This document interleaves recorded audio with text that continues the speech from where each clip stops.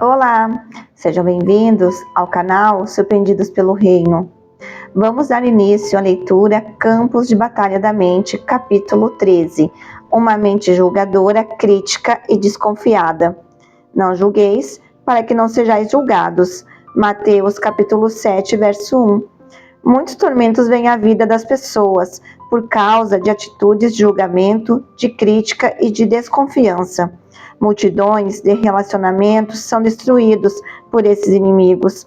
Uma vez mais, a mente é o campo de batalha. Pensamentos. Apenas eu penso. Podem ser a ferramenta que o diabo usa para manter uma pessoa solitária. As pessoas não gostam de estar perto de alguém que precisa dar uma opinião sobre tudo. Para ilustrar, certa vez conheci uma mulher cujo marido era um empresário muito rico. Ele era geralmente muito calmo e ela queria que ele falasse mais. Ele sabia bastante sobre muitas coisas. Ela ficava zangada com ele quando eles estavam em um grupo de pessoas e alguém começava uma conversa sobre um assunto com o qual seu marido poderia ter contribuído inteligentemente. Ele poderia ter lhes dito tudo o que sabia, mas não o fazia. Certa noite, depois que ele e sua esposa haviam retornado de uma festa, ela o repreendeu dizendo: "Por que você disse àquelas pessoas o que você sabia sobre o que eles estavam conversando? Você só ficou lá e agiu como se não soubesse coisa alguma." "Eu já sei o que sei," ele respondeu. "Tento ficar quieto e ouvir, assim eu posso descobrir o que os outros sabem." Entendi que era exatamente por isso que ele era rico. Ele também era sábio. Poucas pessoas conseguem riqueza sem sabedoria, e poucas pessoas têm amigos sem usar sabedoria em seus relacionamentos. Ser rápido para julgar, ser opiniático e ser crítico são, com certeza, três maneiras de ver um relacionamento se dissolver. Satanás, com certeza, quer que sejamos rejeitados, então ele ataca nossa mente nessas áreas. Este capítulo, espero, nos ajudará a reconhecer padrões errados de pensamentos, como também aprender como lidar com a dúvida. O julgar definido. No dicionário expositivo das palavras do Novo Testamento, Divine, uma das palavras gregas traduzidas como julgamento é parcialmente definida como uma decisão sobre as faltas dos outros e contém uma referência cruzada à palavra condenação. De acordo com a mesma fonte, uma das palavras gregas traduzidas como julgar é parcialmente definida como formar uma opinião e contém uma referência cruzada à palavra sentença. Deus é o único que tem o direito de condenar ou sentenciar. Portanto, quando fazemos um julgamento sobre alguém, estamos, de certo modo, nos colocando como Deus na vida dessa pessoa. Não sei sobre você, mas isso coloca um pequeno medo divino em mim. Sou bastante ousada, mas não estou interessada em tentar ser Deus. Essas áreas foram, no passado, um problema sério em minha personalidade. E acredito que serei capaz de dividir algumas coisas que Deus tem me ensinado que o ajudarão. Críticas, opiniões e julgamento parecem ser parentes, então vamos discuti-los juntos como um problema gigante. Eu era crítica porque sempre parecia ver o que estava errado, em vez de ver o que estava certo. Algumas personalidades são mais propensas a essa falha do que outras. Alguns tipos de personalidades mais joviais não querem ver nada, exceto as coisas felizes e divertidas da vida. Então, eles não prestam muita atenção nas coisas que poderiam arruinar seu prazer.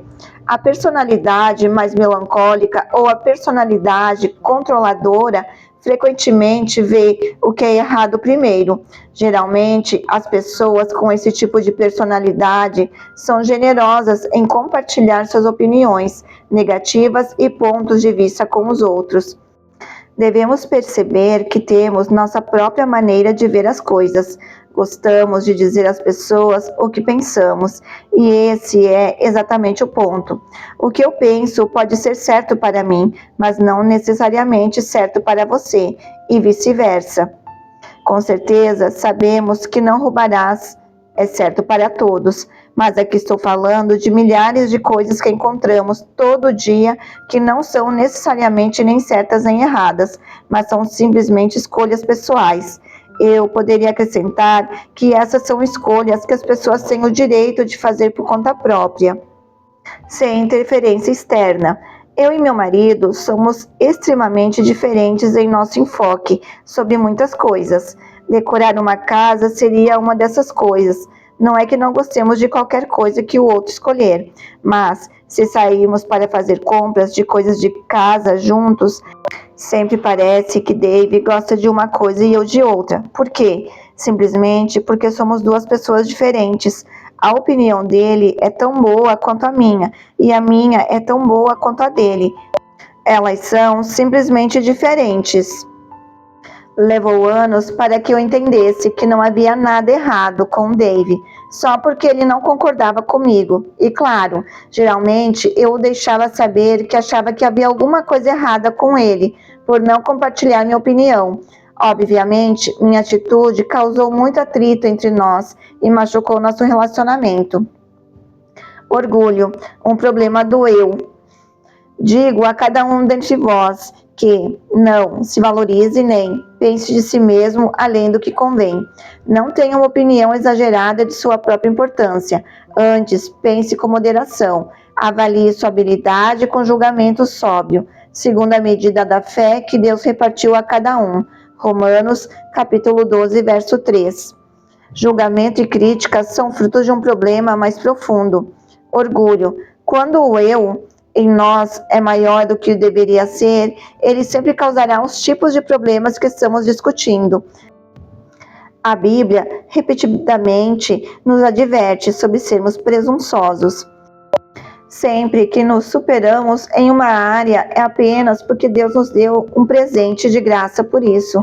Se formos presunçosos ou tivermos uma opinião exagerada de nós mesmos, então isso nos levará a desprezar os outros e a avaliá-los como menos do que somos. Esse tipo de atitude ou pensamento é extremamente detestável ao Senhor e abre muitas portas ao inimigo em nossa vida.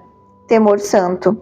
Irmãos, se alguém for surpreendido em alguma falta ou pecado de qualquer natureza, vós que sois espirituais, que sois responsivos ao Espírito Santo e controlados por ele, corrigi-o, restaurai-o e reintegrai-o sem qualquer senso de superioridade, e com espírito de brandura, e guardai-vos, mantende um olho atento para vós mesmos, para que não sejais também tentados. Levai, suportai, carregai as cargas e as falhas morais incômodas uns dos outros, e assim cumprireis e observareis perfeitamente a lei de Cristo, o Messias, e completareis o que está faltando em obediência à lei. Porque se alguém, qualquer pessoa, julga ser alguma coisa muito importante para condescender em sustentar o fardo de outrem, não sendo nada, a si mesmo se engana e se ilude. Gálatas, capítulo 6, verso 1 ao 3.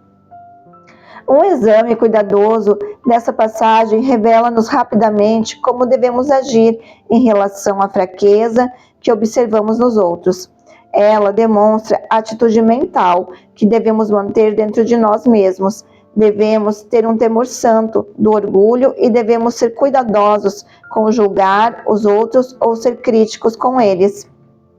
Quem somos nós para julgar? Quem és tu que julgas e censuras o servo alheio? Para o seu próprio Senhor está em pé ou cai, mas estará em pé e será sustentado, porque o Senhor, o Mestre, é poderoso para suster e fazê-lo ficar em pé. Romanos capítulo 14, verso 4. Pense dessa forma.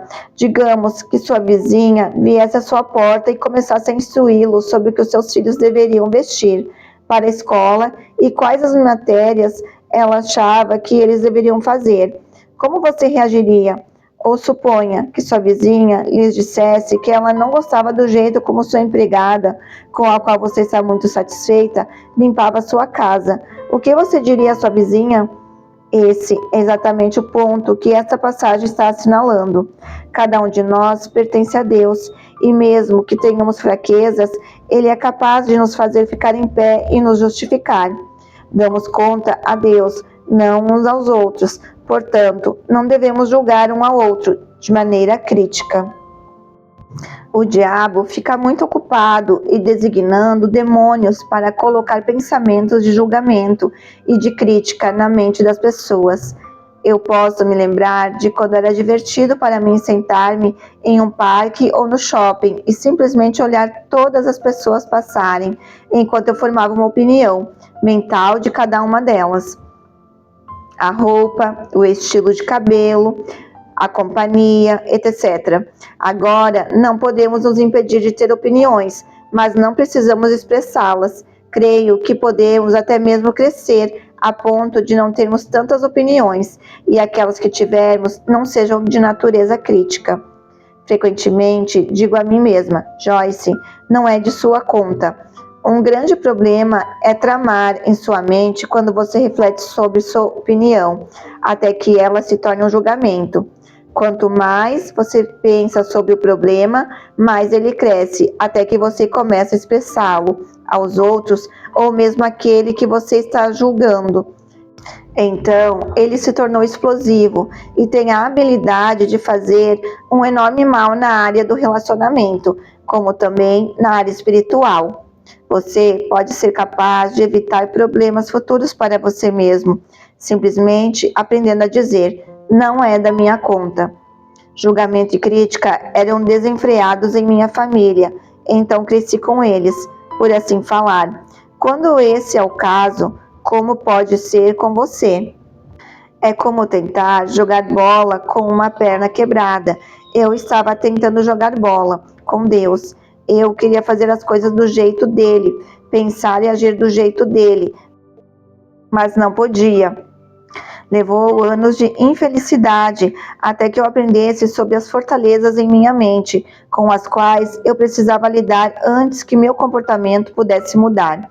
Lembre-se, suas ações não vão mudar até que sua mente mude.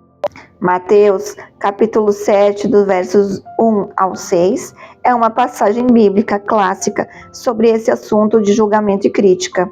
Quando você estiver tendo problemas com sua mente nessa área, leia essas e outras passagens. Leia-as de novo em voz alta e use-as como armas contra o diabo, que está tentando construir uma fortaleza em sua mente. Ele pode estar operando por meio de uma fortaleza que já está lá por muitos anos.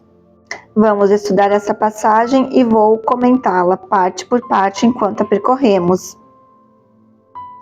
Semeando e colhendo julgamento. Não julgueis e critiqueis e condeneis os outros, para que não sejais julgados e criticados e condenados vós mesmos. Pois, com o critério com que julgardes e criticardes e condenardes os outros, sereis julgados e criticados e condenados. E, de acordo com a medida com que tiverdes medido, os outros os medirão também. Mateus, capítulo 7, versos 1 e 2. Essa passagem diz-nos claramente que colheremos o que plantarmos. Gálatas, capítulo 6, verso 7. Semear e colher não se aplica apenas às áreas agrícolas e financeira, aplicam-se também à área mental. Podemos semear e colher uma atitude da mesma forma que uma plantação ou um investimento. Um pastor que conheço diz que quando ele ouve que alguém falou dele de forma maldosa e com julgamento, ele se pergunta: eles estão semeando ou estou colhendo? Muitas vezes estamos colhendo em nossa vida o que semeamos anteriormente na vida de outra pessoa. Médico, cura-te a ti mesmo, porque vês e olhas fixamente tu, o argueiro, minúsculo que está no olho de teu irmão, porém não reparas e meditas na trave de madeira que está no teu olho? Ou como dirás a teu irmão: deixa-me tirar o minúsculo argueiro do teu olho quando tens a trave no teu? Hipócrita, tira primeiro a trave do teu próprio olho, e então verás claramente para tirar o minúsculo argueiro do olho do teu irmão. O diabo ama manter-nos ocupados, julgando mentalmente as falhas dos outros. Dessa forma, jamais vemos ou lidamos com o que está errado em nós. Não podemos mudar os outros, apenas Deus pode. Não podemos mudar a nós mesmos, mas podemos cooperar com o Espírito Santo e permitir que ele faça parte dele. O primeiro passo para qualquer liberdade, entretanto, é encarar a verdade que o Senhor está tentando nos mostrar.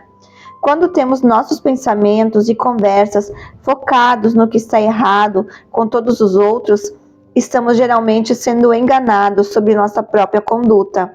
Portanto, Jesus ordenou que não nos preocupássemos com os que está errado com os outros, quando temos tantos erros com nós mesmos.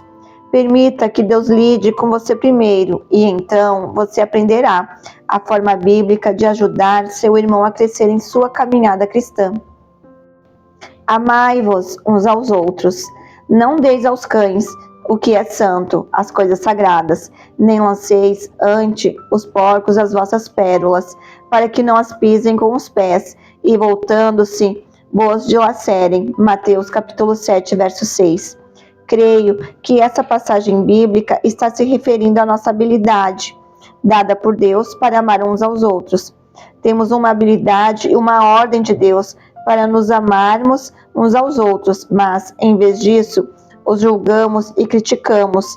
Tomamos algo santo, amor, e o jogamos para os cães e os porcos, espíritos demoníacos. Abrimos as portas para que eles sapateiem sobre as coisas santas e voltem e nos rasguem em pedaços. Precisamos entender que a caminhada do amor é proteção para nós contra os ataques demoníacos. Não acredito que o diabo possa fazer muito mal a alguém que realmente anda em amor. Quando fiquei grávida do nosso quarto filho, eu era uma cristã, batizada com o Espírito Santo, chamada para o ministério e uma diligente estudante da Bíblia. Havia aprendido a exercitar minha fé para a cura. Entretanto, durante os 3 primeiros meses da gravidez, fiquei com muito enjoo, perdi peso e energia.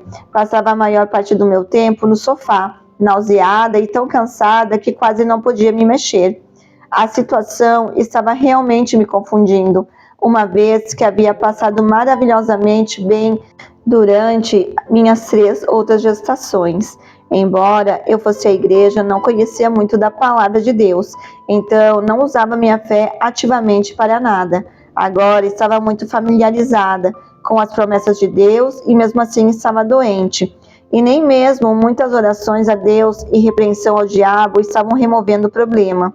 Um dia, enquanto estava na cama, ouvindo meu marido e meus filhos se divertindo no pátio atrás da casa, perguntei a Deus agressivamente: o que está errado comigo? Por que sou tão enjoada? E por que não estou melhorando?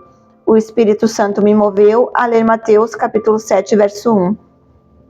Perguntei ao Senhor o que aquela passagem tinha a ver com a minha saúde. Continuei sentindo que deveria lê-la de novo e de novo. Finalmente, Deus abriu minha memória para um evento que havia acontecido 2 anos antes. Eu havia dirigido um estudo bíblico doméstico ao qual compareceu uma jovem senhora, a quem chamaremos de Jane. Jane frequentou o curso fielmente até que engravidou, mas então se tornou difícil para ela comparecer regularmente, porque ela estava sempre cansada e se sentindo mal.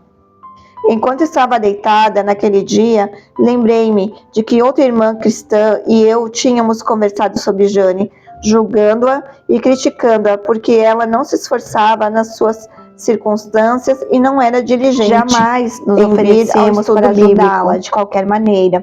Apenas formamos uma opinião de que ela era uma fraca e estava usando a gravidez como desculpa para ser preguiçosa e autoindulgente.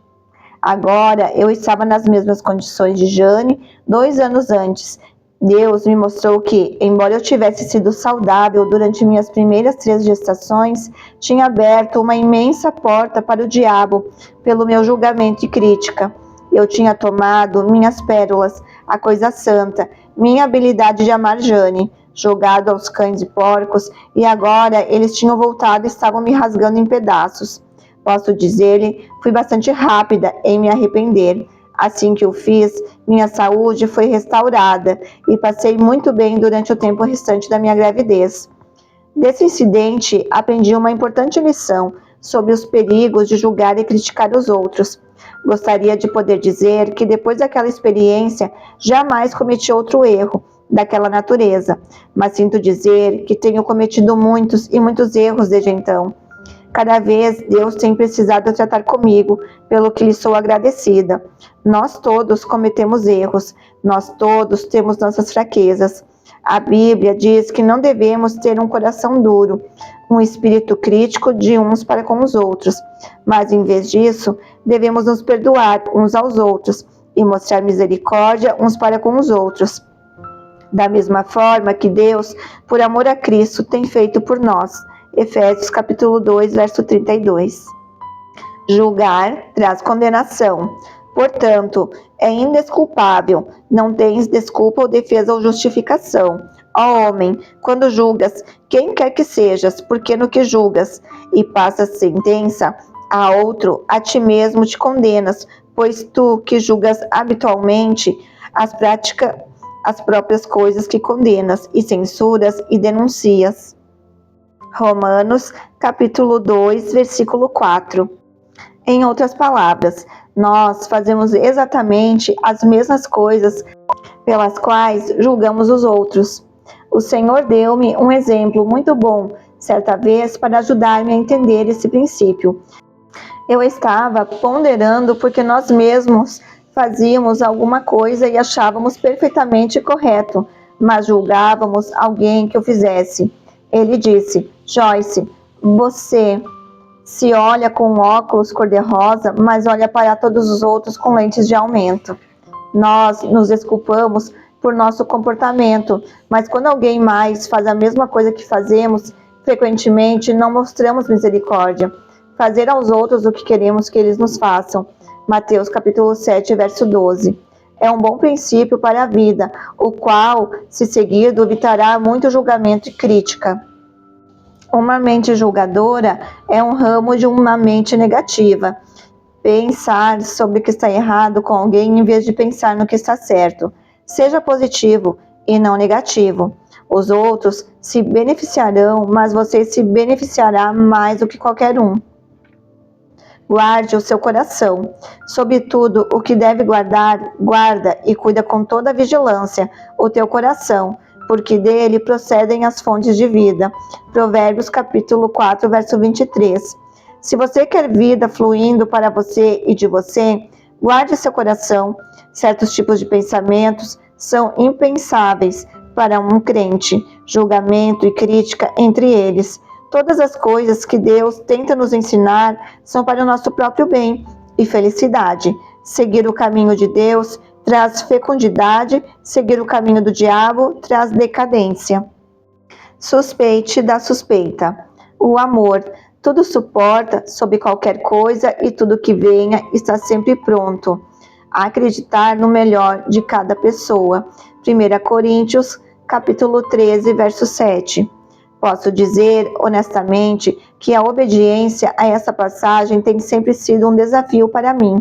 Fui criada para ser desconfiada. Na verdade, fui ensinada a desconfiar de todos, especialmente se eles fingissem ser bons, porque deviam estar querendo alguma coisa.